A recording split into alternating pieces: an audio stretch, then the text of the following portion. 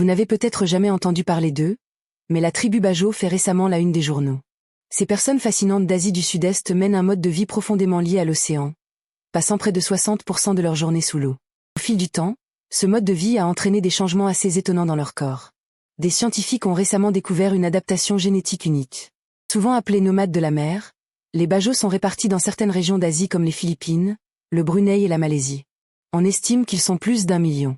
Et comme leur surnom l'indique, ils passent la majeure partie de leur vie sur l'eau. Ils ne vivent pas dans des maisons sur la terre ferme. À la place, ils construisent leurs propres petits bateaux appelés le pas et les utilisent comme maisons flottantes. Lorsqu'ils ne plongent pas, ils parcourent le fond marin à la recherche de poissons et de tout ce qu'ils peuvent ramener pour vendre. Cela signifie que beaucoup de Bajos passent plus de la moitié de leur journée de travail sous la surface, en s'appuyant sur leur capacité à retenir leur souffle pendant de longues périodes.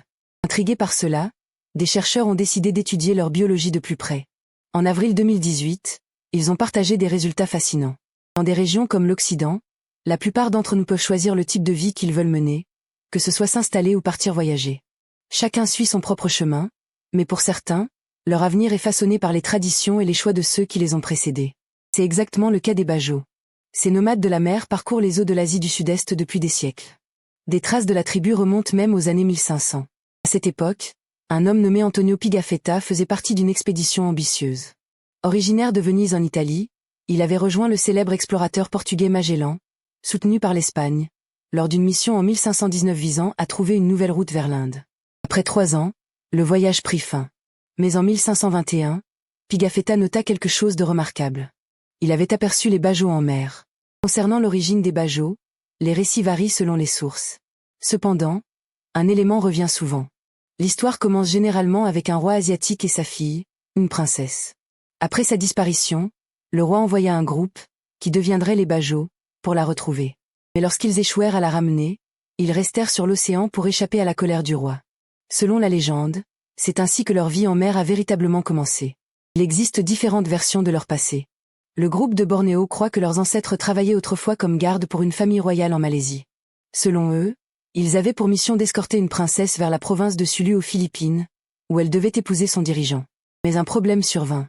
Le sultan du Brunei voulait lui aussi épouser la princesse et envoya une flotte pour arrêter le voyage. Après l'attaque, les gardes perdirent la princesse au profit du sultan et choisirent de s'installer près de Bornéo.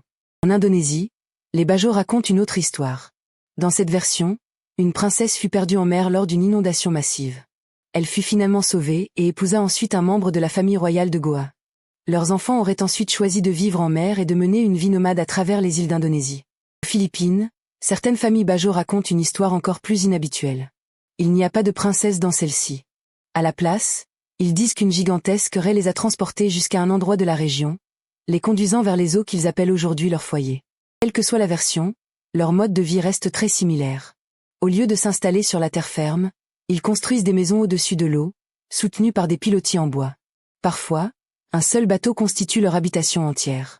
Comme mentionné plus tôt, ils passent une grande partie de leur temps à plonger sous l'eau à la recherche de nourriture ou d'objets à échanger. Bien sûr, plonger autant comporte des défis. Comme tout le monde, leur corps est affecté par la pression lorsqu'ils descendent en profondeur, mais les Bajos ont trouvé des moyens de s'adapter. Enfants, certains se percent volontairement les tympans. Du sang coule des oreilles et du nez. Ensuite, ils doivent rester allongés pendant une semaine à cause des vertiges, mais après cela, ils peuvent plonger sans douleur. Concernant leur équipement, les Bajos restent simples. Ils portent des lunettes fabriquées en bois avec des lentilles en verre et utilisent une sorte de fusil harpon généralement fait de caoutchouc et de métal. Cela peut sembler rudimentaire, mais ils compensent grâce à une compétence impressionnante. Certains plongeurs Bajos peuvent retenir leur souffle très longtemps, jusqu'à 15 minutes dans certains cas, ce qui leur laisse suffisamment de temps pour chasser ou récolter ce dont ils ont besoin avant de remonter à la surface. Comme on peut s'y attendre, plonger aussi profondément et longtemps comporte des risques. Même si la perforation des tympans a aidé au fil des années, la plongée en profondeur a un impact important sur leur santé. L'un des plus grands dangers est ce qu'on appelle la maladie de décompression. C'est une affection douloureuse qui peut causer de graves dommages au corps. Certains Bajos touchés ont subi des blessures permanentes et dans de rares cas, cela a été fatal. Cela se produit lorsqu'une personne plonge trop profondément et remonte trop rapidement. Sans laisser le temps au corps de s'adapter aux changements de pression, des complications peuvent survenir très vite. Malheureusement, ce n'est pas la seule difficulté à laquelle les Bajos sont confrontés. Ces dernières années, le gouvernement indonésien s'est opposé à leur mode de vie en imposant des règles contraires à leurs traditions. À cause de cela, Beaucoup ont été contraints de s'installer sur la terre ferme. Malgré tout, certains n'ont pas abandonné leurs anciennes pratiques. Certains groupes ont réussi à construire de petites communautés directement sur l'eau. Comme leur maison, ces villages sont construits sur pilotis. Un exemple bien connu en Indonésie est une communauté appelée Torosiaj. Elle est particulièrement impressionnante, située à plus d'un demi-mile en mer. Mais son emplacement la rend difficile d'accès, surtout pour ceux qui n'ont pas de bateau à moteur. Une habitante, Ibu Kazim, connaît bien cette lutte. Elle fait partie des Bajas et vit sur son lepa pendant environ 6 mois à la fois avec son enfant, Ramadani. Pendant la journée, ils récoltent ce qu'ils peuvent de la mer, et le soir, ils rejoignent d'autres Bajas près du rivage d'une île pour manger et se reposer. Kazim apprécie sa vie sur l'eau, mais se rendre à Toro n'est pas facile pour elle. Elle aime être en mer, pêcher, ramer, ressentir tout, le froid, la chaleur. Mais lorsqu'elle doit aller à Toro, elle doit ramer. Ils n'ont rien. Son mari est mort de maladie de décompression. Environ 5 ans après cette interview, une scientifique nommée Melissa Hilardo voyageait en Thaïlande. Là-bas, elle a entendu parler des Bajas et de leur mode de vie unique.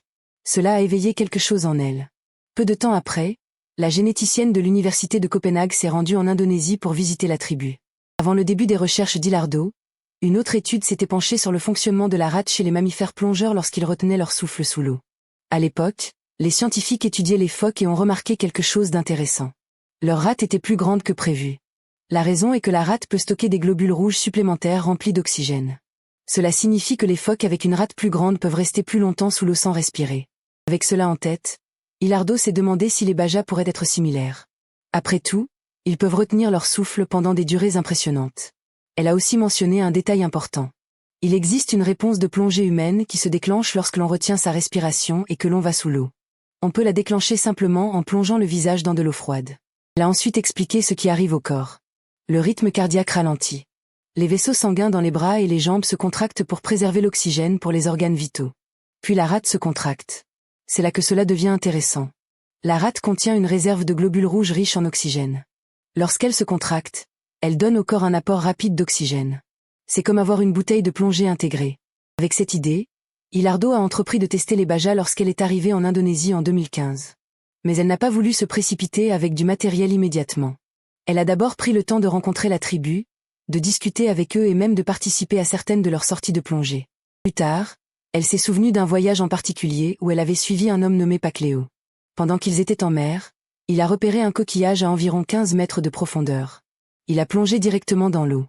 Il a montré le coquillage puis s'est retrouvé au fond, totalement détendu, comme la plupart des gens marchent sur la terre. Ils marchent sur le fond marin. Ils contrôlent complètement leur respiration et leur corps. Il a attrapé un poisson du premier coup, sans hésitation. Après avoir appris à connaître le groupe, Hilardo est finalement revenu avec un appareil à ultrasons et du matériel pour collecter de la salive. Au total, elle a testé 43 membres de la tribu Baja. Pour comparaison, elle a également effectué les mêmes tests sur 33 personnes d'un groupe terrestre voisin appelé les Saluans, qui travaillaient principalement comme agriculteurs en Indonésie. Une fois les tests terminés, Hilardo et son équipe ont analysé les résultats. Ce qu'ils ont découvert était remarquable. Les Bajas avaient une rate environ 50% plus grande que celle du groupe Saluan. Mais ce n'était pas la seule surprise. En étudiant leur ADN, les chercheurs ont trouvé un gène absent chez les Saluans. Il s'appelle PDE10A et joue un rôle dans le contrôle d'une hormone de la thyroïde. Ce gène avait déjà été observé chez des souris, où il était lié à la taille de la rate. Lorsqu'il était absent, les animaux avaient une rate beaucoup plus petite. Après avoir rassemblé tous leurs résultats, l'étude a été publiée dans la revue scientifique Cell en avril 2018. Hilardo pense qu'il s'agit d'un cas clair de sélection naturelle. Au fil du temps, les Bajas ont développé des caractéristiques physiques qui les aident à survivre dans leur environnement unique. Bien que son équipe ne puisse pas dire exactement quand ces changements ont commencé, ils estiment que les Bajas se sont séparés des populations continentales il y a environ 15 000 ans, ce qui laisse suffisamment de temps pour que ces adaptations apparaissent. L'un des co-auteurs de l'étude, Rasmus Nielsen, a souligné un autre point. C'est un exemple remarquable de la façon dont les humains peuvent s'adapter à leur environnement local, et cela pourrait aussi avoir une valeur médicale. Il a expliqué qu'il y a beaucoup d'intérêt pour la manière dont le corps gère les faibles niveaux d'oxygène, notamment en médecine d'urgence. L'un des aspects les plus importants lors d'une urgence médicale est la façon dont une personne réagit à un manque d'oxygène. En étudiant les Bajas, on pourrait mieux comprendre quel gène influence cela et comment différentes personnes réagissent dans ces situations. Si vous avez trouvé cette histoire aussi fascinante que nous, n'oubliez pas de liker, partager et vous abonner pour découvrir d'autres histoires réelles comme celle-ci. Merci d'avoir regardé et à bientôt.